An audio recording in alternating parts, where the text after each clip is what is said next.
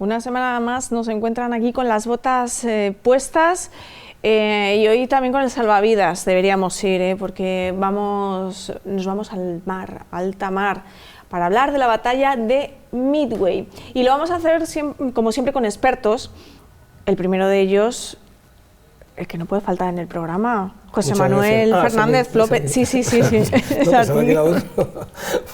Escritor y militar, más de 40 años en las Fuerzas Armadas, algo de experiencia tiene. Bueno, vamos a dejarlo en Yo no algo. sé si ha estado en muchos portaaviones, José Manuel. En alguno, pero menos de nuestros tertulianos, que ahora los presentaré.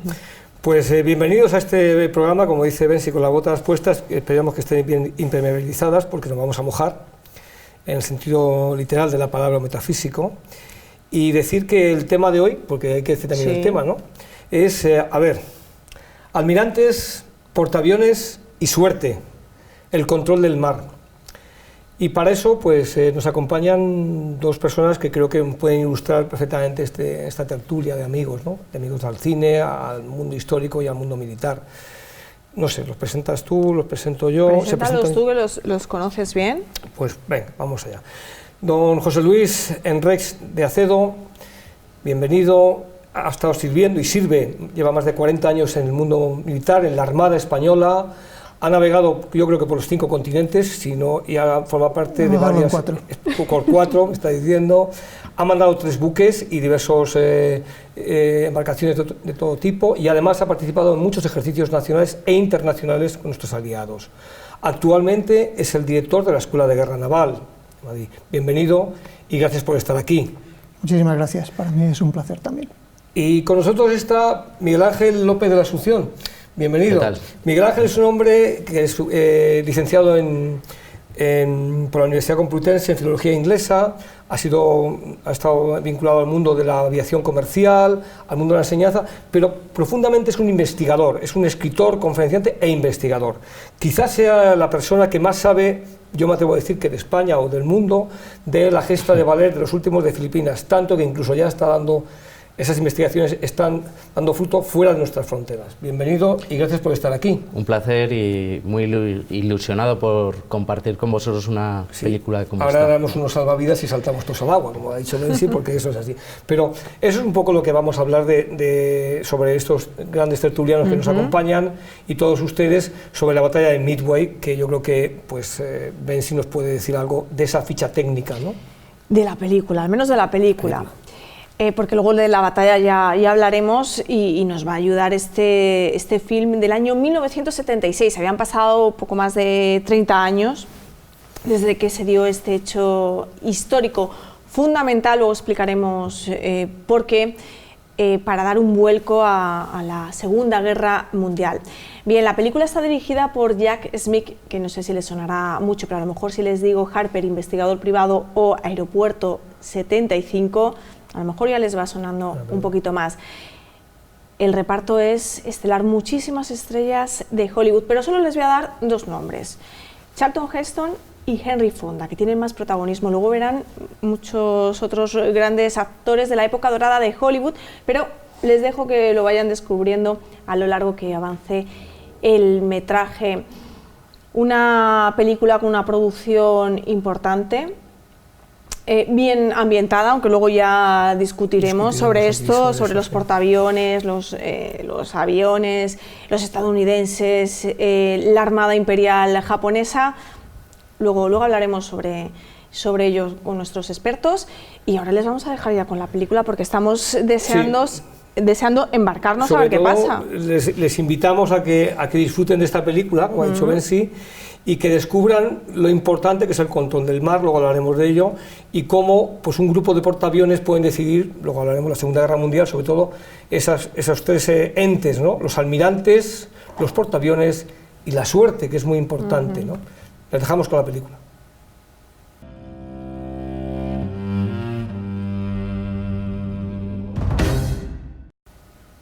Bueno, ya ven, estamos secos después de haber estado en el Pacífico algo más de 2 horas, entre explosiones, agua, cazas y los portaaviones. Esos buques de guerra, porque son buques de guerra, ¿no? tremendos, enormes. Hemos visto la batalla de Midway, una película del año 1976 dirigida por Jack Smith y con ese reparto que acaban de ver, fabuloso. Espectacular. Qué gusto da, ¿no?, cuando vas viendo las apariciones de estas estrellas de Hollywood. Algunas salen muy poquito, pero cuando las vas descubriendo y de pronto, anda, mira, pero ahora Robert Mitchum, ahora... ¿no? Sí, siempre es un placer verlos. No sale mucho en el papel, nada, ¿no? es casi Es que Halsey, el almirante Halsey, que es el papel que Robert Mitchum no estuvo en la batalla. De hecho, desembarcó por una dermatitis inhabilitante y tuvieron que poner a Spruance, que es el papel que hace Glenn Ford. Entonces él no salió en la batalla. Bueno, ¿qué os ha parecido? Ya sé que tenéis puntos de vista. ¿Por dónde empezamos con esta batalla de Midway? El control del mar, la importancia, que yo creo que no me corresponde a mí, pero quizás la suerte. ¿Qué es más importante, el control del mar, la suerte? ¿Cómo lo podríamos estratificar? ¿O son cosas, o va unido a la suerte a todo? El título, el lema que habéis elegido para la película de almirantes, portaaviones, suerte, es la versión naval de la tríada de personas, material y circunstancias. Todo eso lo combinas y sale un resultado. Influyen los tres, y la suerte influye también, por supuesto. Ahora, una de las cosas que se ve bastante bien en la película es que, aun influyendo mucho en la suerte hay que buscarla también. Yo estoy de acuerdo ahí. Sí. Yo creo que no solamente decir a ver si tengo suerte, no, me tengo que ir a buscar o eso. Y luego a mí me gustaría destacar el tema de la estrategia. Cómo se va gestionando esta batalla alrededor de un trozo de tierra, ¿no? Un atolón, que sería, ¿no? Eso también creo que está, desde mi punto de vista, muy bien tratado. Incluso cómo ese almirante, que creo que es Henry Fonda, ¿no?, que es Nimitz, ¿no? Cómo recibe a ese oficial de Washington, que le dice, bueno, aquí no sé si está muy inteligente defendernos fuera y dejar esto sin cobertura, ¿no? Le viene un poco como a presionar. No sé si estáis de acuerdo con esa visión del marino de guerra que dice, yo esto lo dijo, y el marino que le viene del mundo civil. Sí, más dice, de la burocracia, ¿no? Que esto no está muy claro, porque si te sacas esto para afuera, a lo mejor nos quedamos desguarnecidos, ¿no?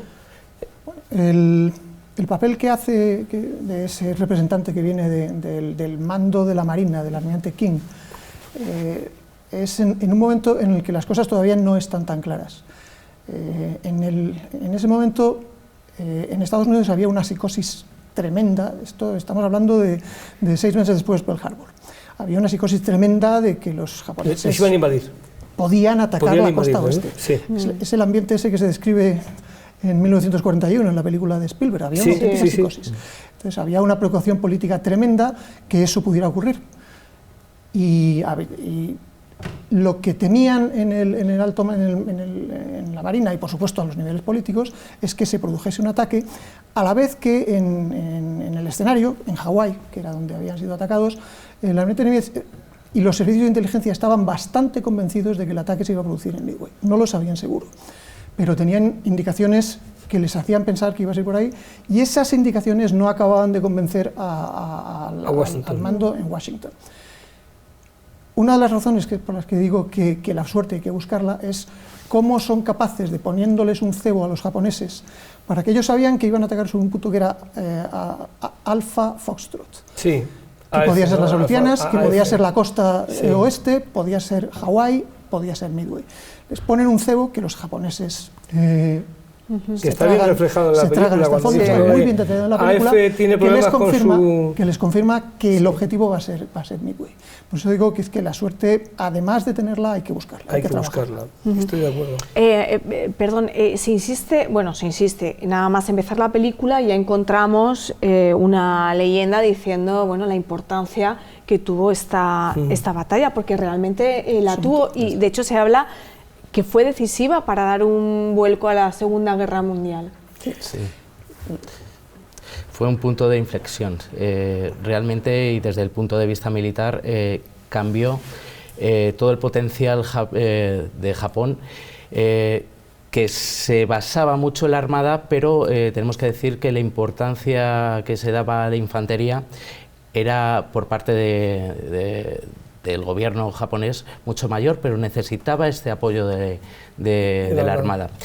¿Qué habría pasado si si se produce lo que ha dicho José Luis, de que ese factor suerte lo buscan y lo encuentran, si se hubiese dado la vuelta, si no hubiese sido una victoria norteamericana en Midway, ¿qué pensáis que hubiera pasado? Pues, ¿En la Segunda Guerra Mundial se habría alargado? Los que hubiera pasado sí son muy difíciles de contestar, pero lo cierto es que si Estados Unidos hubiera salido derrotado en Midway y hubiera perdido sus portaaviones, la Marina japonesa hubiera tenido el Pacífico para acampar a sus anchas y probablemente Estados Unidos hubiera cambiado radicalmente sus prioridades.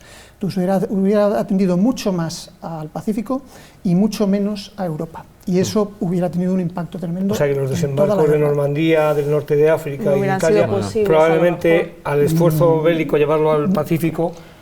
Y entonces ahí ya tenemos esa novela de Philip K. Dick, ¿no? El hombre en el castillo, esa distopía, no sé si lo conocéis. No la conozco. No, pues, pero admito regalos, quiere decir que sí. Pues que gana el eje la Segunda Guerra Mundial, entonces hay una serie producida por Amazon, sí. Y hay una novela que se llamaba Patria o algo así. Sí. También. Fatherland, de una Europa dominada por los alemanes. Estamos en una película que recrea una situación límite quizás y que hubiese podido caer uno y otro, ¿no? En última instancia, y eso lo tenía claro Japón y lo tenía claro el almirante Yamamoto, Japón no podía ganarle una guerra a Estados Unidos. O sea, Japón sabía que el potencial industrial de los americanos, una vez que empezase a rodar, Japón no podía aguantarlo. Entonces, por eso es por lo que Yamamoto tenía prisa, por eso es por lo que Yamamoto se arriesgó siempre. Yamamoto era un jugador de cartas que conocía muy bien a los Estados Unidos, tenía muchos amigos americanos, le gustaba mucho jugar al bridge y era de los que apostaban a una carta. Apostó mucho en Pearl Harbor y le salió bien, apostó mucho en Midway y le salió mal. Aquí se ve la película desde el principio, ¿eh? Cuando están reunidos los mandos japoneses, que hay dudas además de uno de ellos, yo no sé lo que está haciendo este hombre, nos va a llevar... De hecho, el propio Yamamoto estudia en Harvard, es agregado naval en Washington, vive en Estados Unidos, conoce perfectamente el potencial norteamericano y, como ha dicho el almirante, eso es totalmente decisivo en esa prisa que tiene por... La guerra rápida, Claro, que también lo vemos en Europa con la invasión. Me parece, nazi. Cuando le informan del bombardeo de Tokio, ¿no? Efectivamente. Dulittle la ha bombardeado, le dice el ayudante, dice, eso es bueno porque así se tomarán en serio, y dice lo de que ha dicho José Luis, que es un gigante, como se despierte la industria La última americana. Frase de Tora, una película también estupenda de 4 o 5 años antes, cuando Yamamoto ha finalizado el ataque, que ha sido un éxito, y él se va a dar un paseo por cubierta y la última frase que pronuncia es: hemos despertado a un gigante dormido, no sabemos cómo va a reaccionar. Pero él sabía que si la guerra se prolongaba, Japón no tenía ninguna posibilidad. Por eso quería forzar una situación favorable que obligase a los americanos a negociar una paz. Por cierto, en esta película se utiliza metraje de Tora, y además algún escenario... Y muchas imágenes de archivo. Porque economizaron mucho los costes. La película la verdad es que es un pastiche de imágenes de archivo, imágenes de otras películas, al menos de 3 o 4, que eso genera unas ciertas inconsistencias y a veces ves aviones que no son de una batalla, pero a pesar de todo, puesto todo junto, el resultado técnico es muy efectivo. Yo creo que al final es muy convincente y hay que fijarse mucho y haber estudiado para notar las anomalías y las inconsistencias que no tienen importancia. El efecto al final de la película es muy efectivo.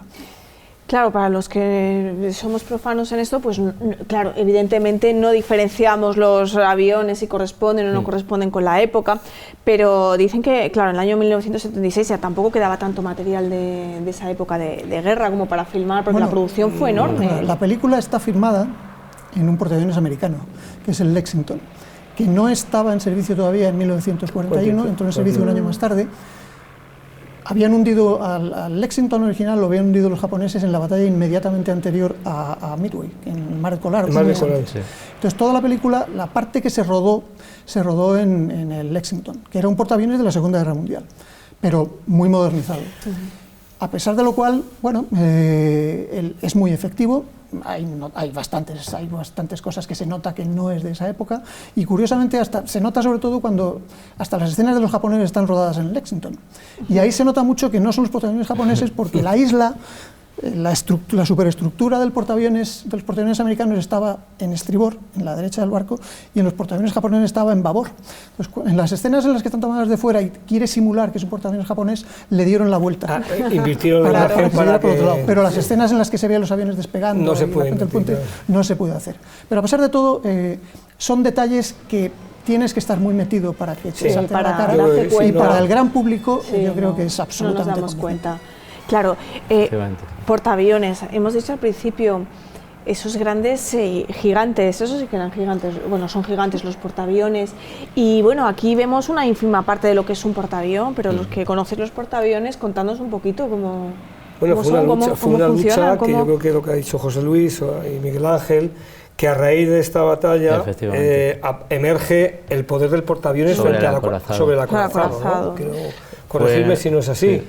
Y entonces, a partir de ese momento, pues los alemanes tenían un acorazado que era el Bismarck, los británicos que tenían el Hood, y surge pues que el poderío de los portaaviones, como buque, ¿no? Como buque aeronaval, como buque estrella, por así decirlo, ¿no? La batalla de Midway fue esencial desde un punto de vista estratégico porque, como has dicho, fue donde dio la vuelta el aire para la Segunda Guerra Mundial. Los japoneses perdieron la iniciativa, la recuperaron los americanos, eso fue toda la guerra.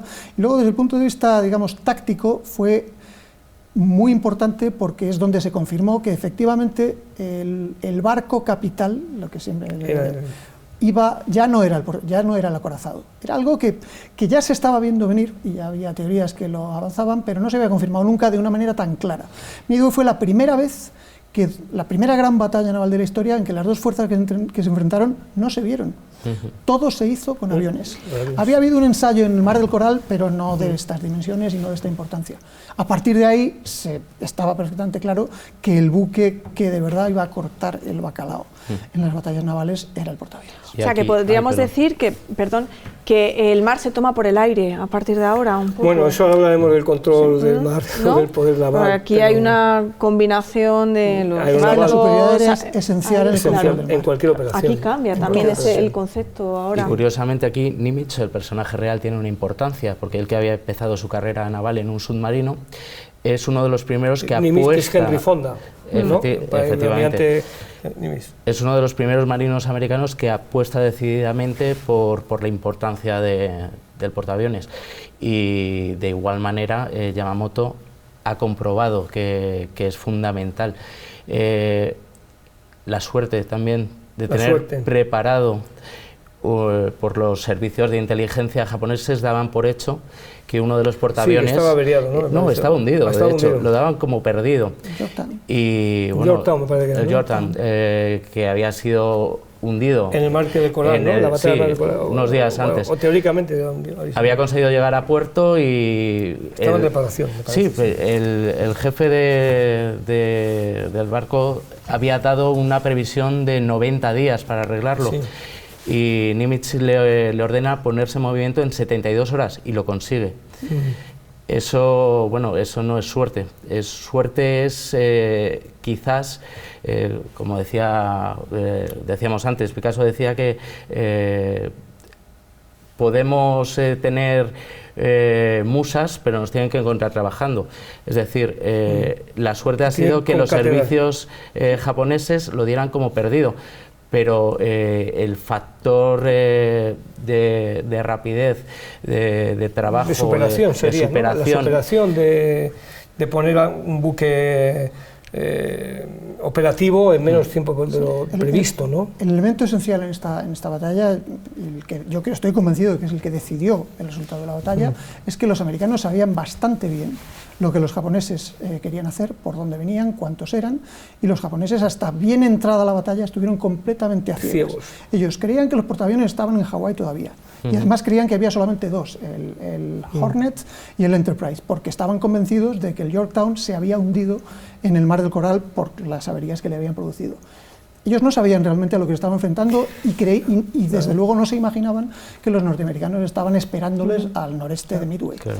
Eso es lo que hizo, les permitió, es como en el ajedrez, el jugador que lleva una jugada, que ve una jugada más por delante del otro es el que gana. ¿Y ellos fueron siempre un paso por delante de los japoneses y eso es lo que al final hizo que la batalla se inclinase de su lado, junto con otras casualidades que efectivamente también favorecieron más a los americanos que a los japoneses. Y no podemos olvidar que las fuerzas estaban 3 o 4-1, que era a priori casi imposible una victoria americana. Y se consigue pues con esta reunión entre suerte, saber... Y la información, que yo creo que es muy importante la información, porque la información bien manejada en tiempo real puede dar la victoria. Y la apuesta que hace Nimitz, porque a priori no tiene la severidad, no tiene la seguridad de que están haciendo bien las cosas. Él inicia el plan, pero recuerdo imágenes que dicen, bueno, los observadores no encuentran nada. Y ese interín, ese impasse de decir, bueno, y si tienes que mandar, manda. La soledad del mando y que, bueno, yo no soy militar, soy civil, pero no querría estar en el papel de Nimitz sabiendo que mandas a los tuyos ante una operación incierta. Hay una frase en la película cuando va, creo que es el actor Hal Holbrook, que es el de inteligencia que está descifrando los mensajes, que va a verle Charlton Heston y dice, sabemos algo de las intenciones, lo que decía José Luis, sabemos algo, y dice, pues nosotros estamos aquí, pensamos que puede ser aquí, el Marco dice, pero ¿cuántas palabras sacas de los mensajes? Y le dice, buenísimo. 1 de cada 10, me parece que le dice, ¿no? 1 de cada 10. Dice, por Dios, ¿eso es adivinar?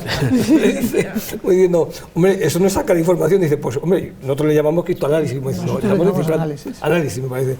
Pero me gusta porque al espectador le está introduciendo como diciendo, esto, aquí están sacando como... No, pero además eso se o sea, ellos están en su mundo, que además es totalmente distinto, es un poco más caótico, aparentemente más caótico, no tienen todos los papeles por ahí. Es que están en el órgano de comunicaciones. Claro, dice, pero por Dios, y le das lo que decía José Luis, el señuelo, dice, voy a ver qué pasa con AF, que es Alpha Frostot, y cuando dicen los otros mensajes me dicen, tiene problemas con su condensador, no sé qué, dice, pues AF es Midway. Pero eso es una especie de contraanálisis que hacen a ver si realmente la información es así. Eso está contado en la película, creo que muy bien. Es lo que les permite a los americanos ir por delante, como decía. En la información, es decir, tengo un poquito más de información que la que tienes tú. Y luego también es verdad que Nimitz estaba mandando desde Hawái. Y estaba en unas condiciones de mando probablemente mejores que las de Yamamoto, que estaba muy por detrás en el Yamato, y además había establecido un silencio radio completo. Con lo cual las comunicaciones entre los 3 grupos de los japoneses, el grupo de mando de Yamato, que iba más por detrás de Yamamoto, que iba a bordo del Yamato, la fuerza de portaaviones de Nagumo, que iba por delante, y la fuerza de invasión, que iba por abajo, apenas se comunicaban. Con lo cual, además, ni siquiera la información que uno de ellos obtenía le llegaba al otro. De hecho, Nagumo estaba convencido de que si Yamamoto no le decía nada sobre los portaaviones era porque estaba confirmado que los portaaviones estaban en Hawái. Y sin embargo, no era así. José Luis del silencio radio, palabra, expresión muy militar, para indicar que no se utiliza la radio. Eso tiene una ventaja de que no se rompen las comunicaciones, nadie nos puede detectar, pero tiene un inconveniente. Si tengo que coordinar algo, no puedo coordinar nada, ni puedo informar de nada. A corta distancia puedes pasar tráfico por luces o por banderas, pero a 150 o 200 millas, como estaba Yamamoto separado de Nagumo, no tiene ninguna comunicación. Y aquel día también no había muy buena mar. Había unas condiciones que sí que permitían... Son 3 días más o menos la batalla, sí, ¿no? Pero el día días. del bombardeo norteamericano sobre los portaaviones sí que había niebla, sí que permitían el bombardeo, pero tampoco les permitió detectar con mucha antelación que se estaban acercando esos bombardeos a bombardear los portaaviones. También el factor suerte climática. Estamos llegando... La suerte tiene muchas caras, ¿no? Claro, hay que aprovecharla. Y lo que para unos es buena suerte se convierte inmediatamente para el enemigo en mala suerte. Otra de las ventajas de los americanos, que tampoco era cuestión de suerte, es que los americanos tenían radar y los japoneses no tenían tecnología. Radar. Entonces, los americanos podían detectar los aviones japoneses entrando a 50, 70 millas, que con las velocidades de los aviones en aquella época Eran unos 15 minutos que te daba tiempo a lanzar tus aviones y ponerte en posición defensiva. Los japoneses se encontraron varias veces con que los aviones estaban arriba, sobre todo los bombarderos en picado de la tercera ola. La película. Los bombarderos en picado de la tercera ola, que son los que causaron los 3 primeros hundimientos, los vieron cuando estaban justo encima. Claro, yo veo esas imágenes, digo, estos parecen kamikazes, parecen ellos los japoneses, ¿no? Cuando caen en picado. Bueno, los americanos hicieron 3 ataques sobre la fuerza de portaaviones y los 2 primeros los destrozaron. Y de hecho, porque no lo coordinaron bien, y fueron ataques con torpederos, que son aviones que van muy cerca del agua, con un torpedo lo lanzan y se quitan. Las 2 primeras olas no llegaron a conseguir ningún impacto y los destrozaron a todos. Se pidieron 2 escuadrones casi completos. Hay una escena muy buena en la que Nagumo está mirando a los americanos que están siendo masacrados y comenta: estos americanos se inmolan como si fueran samuráis. Pero lo que consiguieron no fue deliberado. Consiguieron fue quitar a la cobertura de cazas de los japoneses de la zona por encima del portaaviones para atacar a los torpederos que estaban entrando, y cuando entraron los bombarderos en picado, que era una técnica completamente distinta, unos se acercaban muy bajito y para soltar un torpedo, los otros entraban desde muy alto y picaban en 80 grados sobre los portaaviones. No había cazas arriba, claro, con lo cual fue una partida de ajedrez en realidad. Ahora juego con el alfil, ahora juego con... O sea, eso... En la película se ve muy bien, porque uno de los oficiales dice aviones en picado, es decir, los ven justamente cuando el ataque lo tienen Si hubieran tenido rara, eso no hubiera pasado. Y si hubieran tenido los Cero, que era el avión superior con diferencia, pero tenían... los Cero los tenían, pero muy pocos pero aparatos estaban ocupados acabando con los torpedos. Estaban cargando y descargando... La importancia de tomar una decisión equivocada por parte tener tiempo para poder... Sí. Hay muchas películas del cine que muestran errores militares o decisiones que han podido llevar a... Vamos a llamarlo no aciertos. Bueno, es que al final el que gana es el que acierta, ¿no? Eso es un poco la máxima. Fue una batalla muy complicada en la que entraron muchísimos factores, entre ellos la suerte, entre otras cosas porque los japoneses, conforme iban dándose cuenta de lo que estaba pasando, iban teniendo que cambiar el armamento de sus barcos, de sus aviones. Dependiendo de que fueran a ir a atacar a otros barcos, porque realmente lo que Yamamoto quería con la operación de Midway no era tanto conquistar Midway, probablemente no iban a ser capaces de mantenerlo, como obligar a los americanos a sacar a los portaaviones y destruirlos. Pues entonces, guerra rápida que dependiendo de que fueran a atacar a la isla con bombas o fueran a atacar a los portaaviones americanos con torpedos, tenían que ir configurados de una manera o de otra. Y eso se ve también bastante bien en la película, como cuando van enterándose de qué es lo que está pasando, empiezan a tener dudas. ¿Qué hago? ¿Cómo los configuro? ¿Los mantengo con bombas para volver a hacer una segunda oleada sobre Midway o los pongo con torpedos para atacar a los portaaviones? Y eso lleva un tiempo, lo que dice Miguel Ángel, eso lleva un tiempo que impide tomar otra decisión, ¿no? Ese es el ámbito histórico, pero aquí en el ámbito cinematográfico yo quiero incidir en el año que ha dicho Bensi. En 1976, bueno, claro, que también tiene miga este año. Quiero ir, o sea, yo creo que más o menos la parte de miga. ¿Qué pasa? Porque en el 76 es curioso que se haga una película bélica cuando los Estados Unidos acaban de perder una guerra en Vietnam. Y como decía que en la película Houston tenemos un problema, o sea, se recurre, es mi opinión, esto es discutible, a una hazaña del pasado. A un pasado glorioso o epopéyico, vamos a decir, ¿no? Epopeya, para no plantear lo que ha pasado en Vietnam. Y también es muy interesante... ¿O es un escapista esta película? Es lo que yo también planteo. Es escapista porque me lleva a un escenario que es cómodo y me obvia lo que ha pasado en las selvas de... Bueno, puede ser, y también cómo plantea la imagen de los japoneses, porque aquí nos los pone, quiero decir, como un ejército preparado, un enemigo honorable... Asiático, también como el asiático. La película es muy objetiva, no es una película de buenos y malos, representa con mucha fidelidad y mucho respeto el punto de vista de los dos bandos. Sí, sí. En ese sentido está muy bien. Es muy neutro, y además con una estrella internacional japonesa. Yo creo la primera estrella internacional japonesa, Toshiro Mifune, ¿no? Este gran actor que trabajó mucho con Akira Kurosawa. Me gustan mucho los letreros al principio, esa imagen en blanco y negro. Y que participó y John Williams, la música. En la Segunda Guerra Mundial, además en la Armada. Toshiro Mifune estuvo en la Armada japonesa del Imperio, o sea que tiene su... Bueno, la música de Midway es una cosa... John Williams era un compositor muy respetado, ya tenía los Oscars de aquella, pero no era ni mucho menos la superestrella que lo iba a ser después, al año siguiente, con La Guerra de las Galaxias. Pero lo curioso de la música de Midway es que la música a lo largo de la película no es especialmente memorable, es muy incidental, muy descriptiva.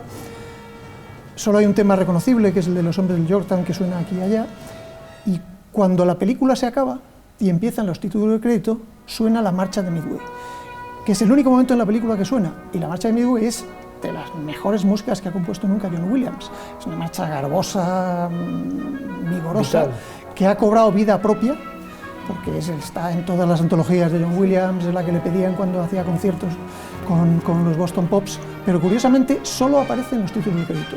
Merece la pena en esta película ver los títulos de crédito completos solamente para escuchar esa música que solamente aparece allí. Y ahora que menciona José Luis La Guerra de las Galaxias, John Williams, los ataques de la Guerra de las Galaxias, de las naves, también tienen mucho que ver con los que vemos aquí en Midway, ¿eh? Sí. ¿Nos recuerdan esos ataques?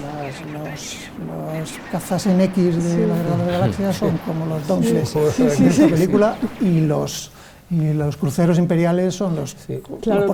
Además hasta el atrezo del Imperio en La Guerra de las Galaxias también tiene mucho que ver, ¿no? Entre los nazis y los japoneses, hay una mezcla de... un poco, hicieron ahí un pastiche, como dice. Pero yo llamo la atención eso porque efectivamente hay un elenco de estrellas en esta película, ¿no? Charlton Heston, Robert Mitchum, Glenn Ford, Henry Fonda, y Hal Holbrook. Y luego, que es un año que digo, bueno, es que no se hablaba de Vietnam, es decir, que era como, de esto déjalo aparte porque no hemos salido bien parados, ¿no? Pues, eso es algo habitual. La Segunda Guerra Mundial no pasó así. En la Segunda Guerra Mundial los americanos hicieron muchas películas. Poco después ya se empezó a hablar de Vietnam en el cine americano. No, pero llega Apocalipsis Now, El Cazador. Me parece que llega en el 78. Es que primero las ganaron. Y segundo, las ganaron con completo apoyo popular. Mientras que Vietnam no la ganaron y además es una guerra muy impopular. Muy impopular. Claro. Eso, pues digo que es muy incómodo hablar de Vietnam en ese momento. Sí. Y luego el control del mar. A mí me gusta el concepto de controlar el mar, de ese control, que eso no sé si... Eso a nosotros nos ha pasado, pues, en mi tema, Cuba, Filipinas, quizás si hubiéramos tenido, si el almirante Montojo, yo soy defensor del almirante Montojo, si hubiera tenido 10 minutos más, posiblemente el almirante Dewey se hubiera retirado y no hubiéramos perdido ese control del mar en Filipinas, o no estaríamos hablando de los últimos de Filipinas incluso. O en Cuba, el desastre de Cuba. Mi almirante Cervera, también muy admirado por mí.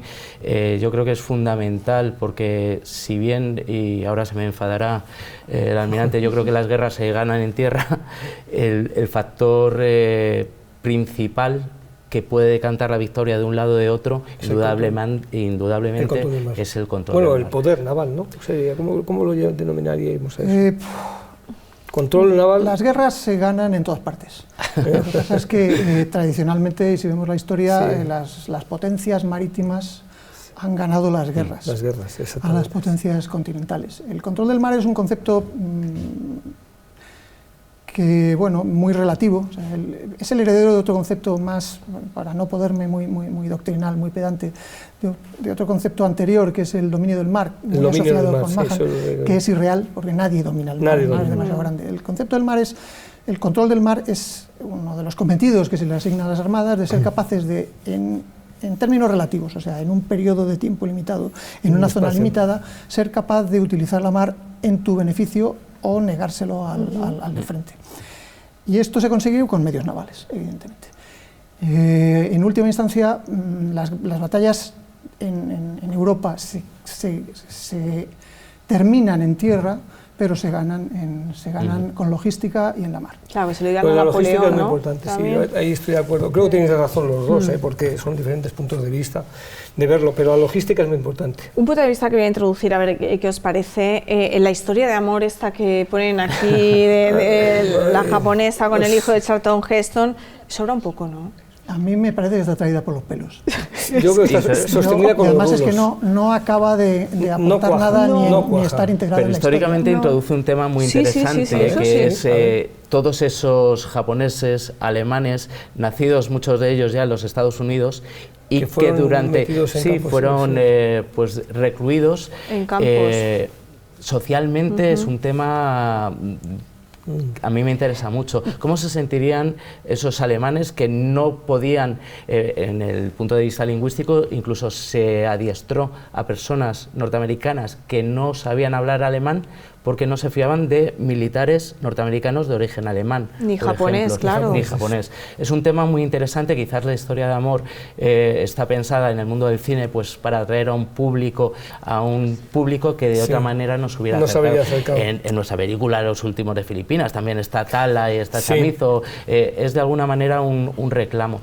Hay como en el bar de oficiales, ¿no? Que está con la música de Glenn Miller, por cierto, muy bien ambientada esa secuencia, que está con Cliff Robertson, creo que es, y le dice que tiene al hijo en su escuadrilla o algo así, que luego hay un salto cuando le dice, el hijo dice, bueno, es que mi mujer dice, déjate de líos, tú tigre, tú tienes que combatir, como diciendo, tu país estás aquí para combatir, no para derribar aviones, no me cuentes rollos, ¿no? Hay una peli de 1990, Bienvenido al Paraíso, que trata de Alan Parker, creo que que trata este tema. Dennis Quaid es el protagonista de una pareja de un estadounidense de origen anglosajón con una estadounidense de origen japonés que está recluida en el campo. Sí, debe ser algo importante lo que ha dicho Miguel Ángel, el efecto sobre los norteamericanos de origen japonés o de origen japonés, alemán, que había bastantes en la costa oeste, claro. Y de hecho hay uno en esta película, Pat Morita, el señor Miyagi de Karate Kid, que aparece. Él combatió. Y estuvo en un campo con sus padres, porque él nació en Estados Unidos, pero sus padres habían nacido en Japón, entonces los internaron en un campo, y Pat Morita estuvo durante la Segunda Guerra Mundial en un campo internado. O sea, la seguridad, la información, son esos aspectos que hacen que para ganar una guerra no solamente pero es decir duro, el poder. Es duro, una persona ya que ha nacido en Estados Unidos y debió ser, eso es un tema... Volviendo a la película, si quitamos la historia de amor, si hacemos una subción, no pasaría nada. La película se mantendría. No. O sea porque es que además toda la película son personajes reales. Nimitz, está bien documentada, más bien en la pantalla. Los únicos personajes que no son reales son Matt Garth, el papel que hace Charlton Heston, y su hijo, y toda la subtrama del campo de concentración. Le da una nota sentimental a la película, pero realmente no aporta nada a la trama en ningún sentido. Seguimos con los doblajes, que dijimos un día en un programa que los doblajes, los rangos militares se los pasan por el Largo Triunfo, entonces dicen capitán, todos son capitán, claro, no dicen capitán de navío, capitán de corbeta o comandante, ahí hay un problema de doblaje importante, pero bueno, la película lo admite porque lo que quieres ver es cómo se desarrolla, ¿no? Y me gusta mucho la pugna de los almirantes, cómo me van contando, como decía José Luis y apostillaba Miguel Ángel, de manera neutral, cómo va discurriendo la batalla. Eso creo que está, para el que no sepa nada de la batalla, está bien contado.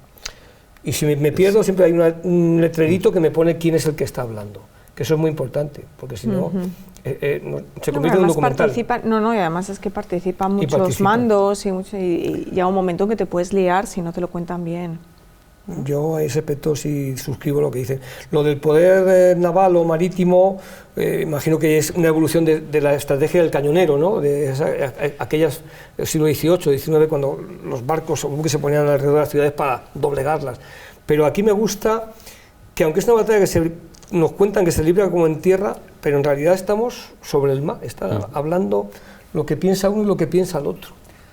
Bueno, el control del mar, como digo, que es un concepto heredero. Todo esto se suele asociar a las teorías de Mahan, que es el gurú americano de fin del siglo XIX, que puso encima de la mesa estas teorías, y que la verdad es que tampoco inventó nada, porque lo que él desarrolló era lo que se llevaba haciendo un montón de años, y si uno ve lo que hicieron nuestras monarquías en los siglos XV y XVI, o incluso si te lees las partidas de Alfonso X de todavía 300 años antes, ya ves ahí el germen de todo esto, el poder naval que desarrolló y explicó Mahan, y que es el que todo el mundo cita cuando está hablando de estrategia marítima. Lo que sí que hay que reconocerle es que Mahan, que lo escribió a finales del siglo XIX, desarrolló las teorías de lo que es el poder naval, el poder marítimo, sea power, control del mar, dominio del mar. La verdad es que las puso encima de la mesa en el momento exacto en el que lo necesitaban los americanos, unos Estados Unidos que estaban creciendo, que su expansión natural era hacia la mar y que necesitaban una marina. Y esas teorías dieron una justificación perfecta para hacer todo lo que hicieron los americanos después, y los primeros damnificados fuimos nosotros. Indudablemente, con ayuda de potencias no beligerantes. Porque, por ejemplo, en Filipinas reciben ayuda en contra de las leyes de la guerra, que una nación no beligerante no puede apoyar a una armada en combate. Ellos reciben ayuda en Hong Kong, que era colonia británica. Incluso compran nuevos barcos y reclutan personal. Esa logística, la logística que no hemos hablado, visitado antes, sí. Hemos hablado someramente, pero cómo envían a Midway todo lo que tienen. En una escena de la película les hemos mandado material, tienen de todo, pueden resistir, y de alguna manera esa importancia también del control del mar para conseguir estrangular, no permitir que unos defensores tengan refuerzos. Eso es determinante, es una máxima, y de alguna manera era lo que estaba pretendiendo Japón. Terminar con ese control norteamericano para conseguir mantener ese poder de conquista que tan buenos frutos les estaban dando. Incluso los británicos al comienzo de la guerra se reían del ejército japonés, de la armada japonesa. ¿Qué van a hacer estos? Y poco más tarde vemos cómo incluso la armada japonesa tiene el síndrome del vencedor. Decías, Miguel Ángel, que se reían los británicos de la armada japonesa, pero ojo con eso de reírse, que habían vencido al imperio zarista en 1905, que no habían perdido nada desde 1905 los japoneses. Yamamoto había participado en esa guerra. No les veían con una potencia, una fuerza máxime, porque Japón se mete en la guerra ante la carencia de recursos. No les veían lo suficientemente peligrosos como para hacer lo que llegaron a hacer. En unos meses toman medio continente. Y sí que hubo un primer momento en los cuales los holandeses, los británicos, no les veían capaces. Ese rápido control de la situación hace ver a los japoneses que tienen la ayuda celestial, que pueden hacer lo que quieran, y quizás esa superioridad que creen tomar, ese síndrome del vencedor, hace cometer bastantes errores que luego pagarían muy caro. Indudablemente, si hubieran vencido en Midway, tanto las tropas de tierra hubieran podido seguir llegando a nuevos territorios, hubiera sido más amplia esa expansión, pero quizás desde un punto militar abrir tantos frentes hubiera debilitado al imperio. Es un tema muy interesante, porque los japoneses tenían un frente, pero los norteamericanos tenían varios. Eso de menospreciar al enemigo suele dar mal resultado, normalmente. Sí, los británicos estaban convencidos de que Singapur era absolutamente inexpugnable. Y cayó. Y además cayó en muy poco tiempo. Y además les hundieron a uno de sus mejores acorazados, el Príncipe de Gales. Para los ingleses fue un shock. Para los americanos no fue tan shock, porque los americanos contaban con la posibilidad teórica de un ataque sobre Pearl Harbor, y en la película se comenta. Lo que pasa es que no creían que se fuese a hacer, sobre todo como se hizo. Ellos estaban convencidos de que si llegaban a un conflicto con Japón tendrían tiempo para prepararse. Lo que no esperaban era que les atacasen por las buenas, sin declaración de guerra de por medio, que es lo que, por una parte, había un protocolo antes que... Por una parte fue una derrota tremenda para ellos, porque perdieron una parte importantísima de la flota, pero por otra parte enrabietó al pueblo americano de una manera que a lo mejor no se hubiera enrabietado si no hubiera sido por la manera en la que se produjo el ataque sobre Pearl Harbor. Los Estados Unidos que estrenan ahora, le digo Estados Unidos porque es una producción estadounidense de un director alemán afincado allí, Roland Emmerich, ha estrenado ya una versión. Midway, una versión de... Que bueno, que no la hemos visto todavía, hemos visto solo el tráiler. Nos han llegado ecos. Nos ha llegado, sí. Ecos de sociedad y los y bueno, trailers. han resucitado este episodio otra vez para la gran pantalla, pues más comentábamos antes que un poco como los superhéroes, ¿no? Que tiene un poco pinta de peli de superhéroes más que lo que fue la batalla real, pero bueno, habrá que verla, no vamos a juzgar antes de verla. Habrá que verla. Pintan que copas, como decía que pintan copas. Bueno, lo que pinta ya son las secuencias con las que nos vamos a quedar de la película. Pues yo creo que sí, a ver con qué os quedáis. A mí hay una secuencia que cuando la vi por primera vez me impactó, que es cuando Nimitz está esperando la confirmación de que está en lo cierto. Que AF tiene problemas bueno, él ha apostado porque el ataque es a Midway, cuando desde Washington le están diciendo no estamos tan seguros, van los hidroaviones, no ven nada, mi almirante, no hay nada. Y él dice, es casi mezquino esperar a que ataquen a los tuyos y estar casi deseándolo, estar en lo cierto. Y a mí me impactó porque...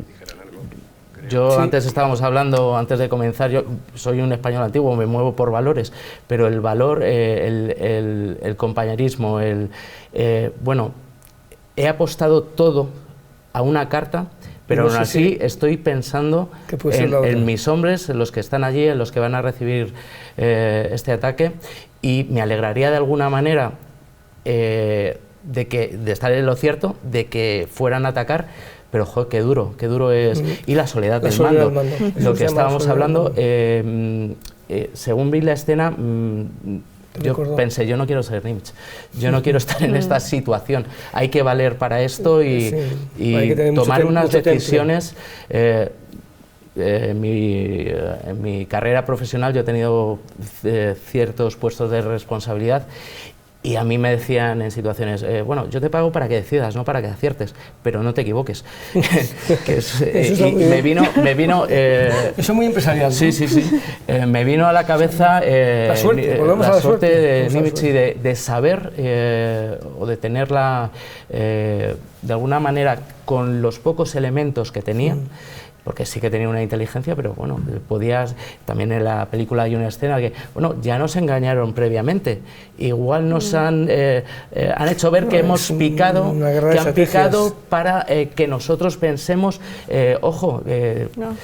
ese es Tú te quedas con esa escena, la soledad del mando. Entre otras, es una película brutal, hay muchas, la que has dicho tú antes también, en el momento romántico, que está el piloto, el Pérez, pensando, oye, macho, que estamos en guerra, que está muy bien que estés enamorado, pero aquí hay una cosa importante que es tu país, tu labor y espabila. Esa también tiene una fuerza brutal. Muy bien, ¿y tú, José Luis? Hay una escena sobre la soledad del mando, cuando Nimitz va a ver a Halsey al hospital. Le recomienda que ponga al mando a Spruance, que no es un hombre de portaaviones. Y el consejo que le da Halsey a Nimitz es, cuando estés al mando, manda. Que lo refleja muy bien. Pero mi escena favorita de la película, además que yo creo que resume muy bien lo que es la película y lo que fue esta batalla, es la escena última. Cuando están el almirante Nimitz y el jefe de inteligencia, el capitán de fragata Rochefort, en el muelle, recibiendo al Enterprise, en Spruance, después de la batalla, y le pregunta a Rochefort a Nimitz, ¿tú crees que Matt Garth, el papel que hace Charlton Heston, ¿tú crees que Matt Garth sabrá la victoria tan grande que hemos obtenido? How big we won, es una frase muy graciosa en inglés. Y Nimitz le responde, pues no lo sé, pero sí estoy seguro de lo que diría. No, esto no tiene sentido. Yamamoto lo tenía todo. Tenía la fuerza, la experiencia, la confianza. ¿Hemos sido mejores que los japoneses o hemos tenido más suerte? Y esta película resume mucho de lo que hemos estado hablando aquí. O sea, fueron mejores, tuvieron más suerte. Pues fueron mejores porque ganaron y desde luego tuvieron más suerte. Pero podía no haber sido así. podían no haber sido así. La película esa lo refleja muy bien, ese final de película. Y además inmediatamente después de eso es cuando empieza a sonar la marcha de Midway. Nos fijaremos a ver. Venga, me toca a mí, ¿no? Te toca a ti, sí. Yo me quedo con una escena que para mí representa el ocaso del imperio japonés, de la fuerza japonesa, que es ese primer plano de Toshiro Mifune, cuando han bombardeado por sorpresa, no se lo espera y está en el suelo medio tirado y viene y le dice que tiene que transferir el mando. Esa expresión de entre sorpresa y bueno, un convencimiento ya de que esto está perdido, que se han equivocado, pero a la vez mantiene cierta dignidad de que, bueno, ha hecho lo que tenía que hacer. Me encanta, creo que resume muy bien ese primer plano de Toshiro Mifune, lo que fue el ocaso ya del imperio, de la armada japonesa. Pues me parece muy buena secuencia, sí. Yo no he elegido esa, ¿eh? Yo me he quedado, pues aquí habéis dicho unas escenas fantásticas. A mí me gusta una que, me gustan todas, porque la película es que es canela, pero me gusta mucho esa conversación, dos escenas que van encadenadas para mí. En el bar en la cámara de oficiales sería, ¿no? En el bar de oficiales, que sale Cliff Robertson con Charlton Heston y dice, pues tengo a tu hijo en mi escuadrilla, como diciendo... Entonces dice, pues dale caña, viene a decirle uno más. Esa, con la música de Glenn Miller de fondo, que se ve muy bien, ese En Forma, In the Mood, y luego cuando habla con el hijo por última vez, que el hijo le dice, es que déjate de tonterías y lucha por tu país. A mí eso me gusta dentro de un contexto que la película tiene unos contenidos muy buenos en general, y sobre todo al principio esa imagen en blanco y negro con los rótulos en rojo, que son imágenes reales, me gusta. Las del ataque de Doolittle, sí. Esas son de 30 segundos sobre Tokio. Sí, de la película, la emplearon en 30 segundos sobre Tokio, las emplean ahí. Entonces, me gusta esa combinación de blanco y negro y el retrotraerme a esa época. Por cierto, que no hemos mencionado que John Ford tiene... hizo un peliculón sobre Midway. John Ford, bueno, lo hizo George Stevens, pero en el 42, con unas imágenes, pero claro, rodadas en tierra, y vemos el ataque a Midway, ¿no? Pero en color. Sí, sí. Y hablamos de la leyenda del principio, pero también hay otra al final, por si no nos hemos enterado que el episodio fue importantísimo, ¿no? Para la frase de Churchill. Claro. Recoge muy bien que efectivamente en esa batalla las cosas cambiaron. Pues yo creo que no nos hemos mojado tanto, bueno, nos ha salpicado, hemos estado viendo aquí, disfrutando de esta película, ¿no? Sí. Y yo creo que vas a despedir tú.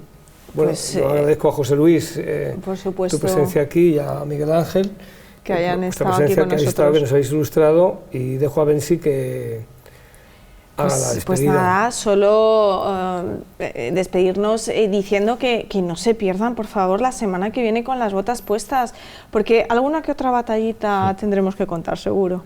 Hasta luego. ¿Y el vídeo institucional? Sí. Hay un vídeo que vamos a poner después de esta emisión de la Armada Española. Para que sepan un poco más de nuestra Armada, que es nuestro orgullo. Claro que sí. Ahora sí que puedes despedir. Ahora pues nada, pues hasta la semana que viene, lo dicho. Hasta pronto.